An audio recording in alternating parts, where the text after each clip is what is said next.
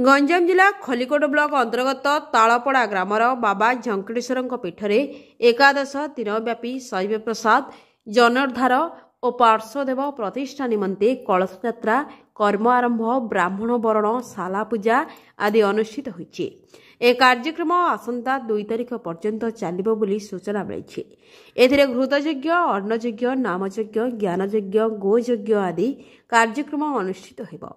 तेबे ग्रामर 2000 ऊर्ध्व महिला और पुरुष सूर्योदय पूर्व नूतन पीतवस्त्र परिधान करी बाबा झंकटेश्वर पीठरे पहुंची थिले एवं सेठारु शुद्ध पवित्र चिरस्रोता झरणार मंत्र जल को कलशरे मुंडरे मुंडाई निष्ठार सहित दीर्घ 7 किलोमीटर रास्ता अतिक्रम करी ग्राम परिक्रमा करने सहित बाबा झंकटेश्वर मंदिर रे पहुंची थिले। ए अवसर रे ग्राम रे एक आध्यात्मिक परिवेश सृष्टि होइथिबा देखिबाकू मिलिथिला। तेबे ग्राम कमिटी द्वारा सुरक्षा व्यवस्था को संपूर्ण कड़ाकड़ी करा जाइथिबा बेले ग्रामर युवगोष्ठी माने सहयोग कइथिबा देखिबाकू मिलिछि। बा झंकटेश्वर मोना रंजित हमर तालपड़ा ग्रामवासी आज कोन कहबे जो जगदम पे आयोजन हेछि आज तर कलश यात्रा हेछि कोन कोन आयोजन हेछि हम ग्राम रे वर्तमान बाबा झंकटेश्वरंकर 22 तारिख ठारू मार्च 22 रु एप्रिल 2 पर्यंत दीर्घ 11 दिन धरी मंदिर प्रतिष्ठा एवं पार्श्व देवता प्रतिष्ठा स्थापन हम। आ सहित आमर अन्न यज्ञ घृत यज्ञ गो यज्ञ एवं नाम यज्ञ एवं ज्ञान यज्ञ भी अनुष्ठित होछि। सेथिपाई काली आमर दीक्षा ग्रहण एवं अंकुरारोपण सरी। आज आम ग्रामवासी एवं आमर आखपाख ग्रामर बहुत महिला मिसी प्रायतः 2000 महिला पुरुष मिसी बाबा झारेश्वर पीठरू आम ग्राम को 7 किलोमीटर धरी पदयात्रा कलश यात्रा करते सुंदर भाव में समस्ते श्रृंखलित भाव में आसी एठी पहुँचले। आज कलश यात्रा समापन होइछि।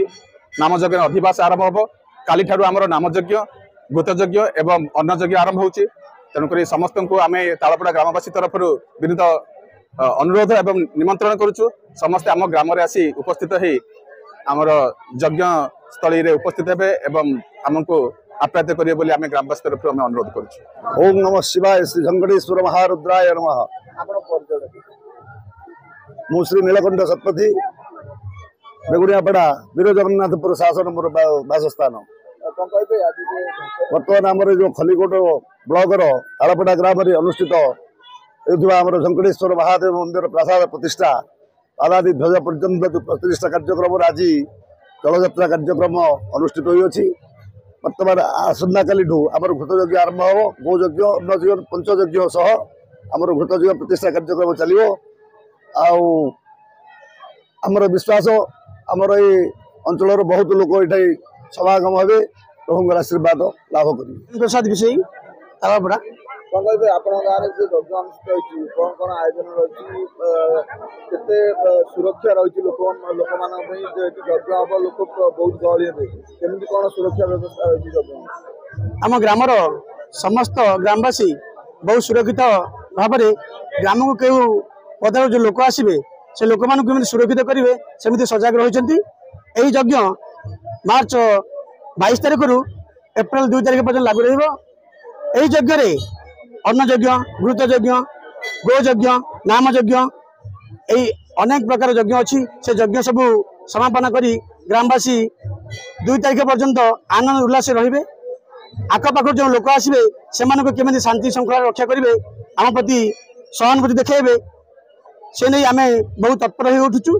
भगवान श्री झंकटेश्वर को आम प्रार्थना करुचु यही जो यज्ञ आरंभ होछि यज्ञ समापन है पर्यंत आमको आशीर्वाद करी आम ग्रामर मंगल करेंगे और आखपाख ग्रामर मंगल करी गाँव को धन्य करेंगे।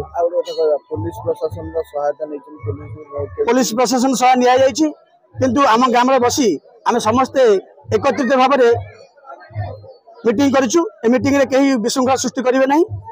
पुलिस तथापि आवश्यक किंतु कहीं विशृंखला सृष्टि करेंगे नहीं। बहुत शांति यज्ञ समापन पर्यंत शांति रक्षा करेंगे।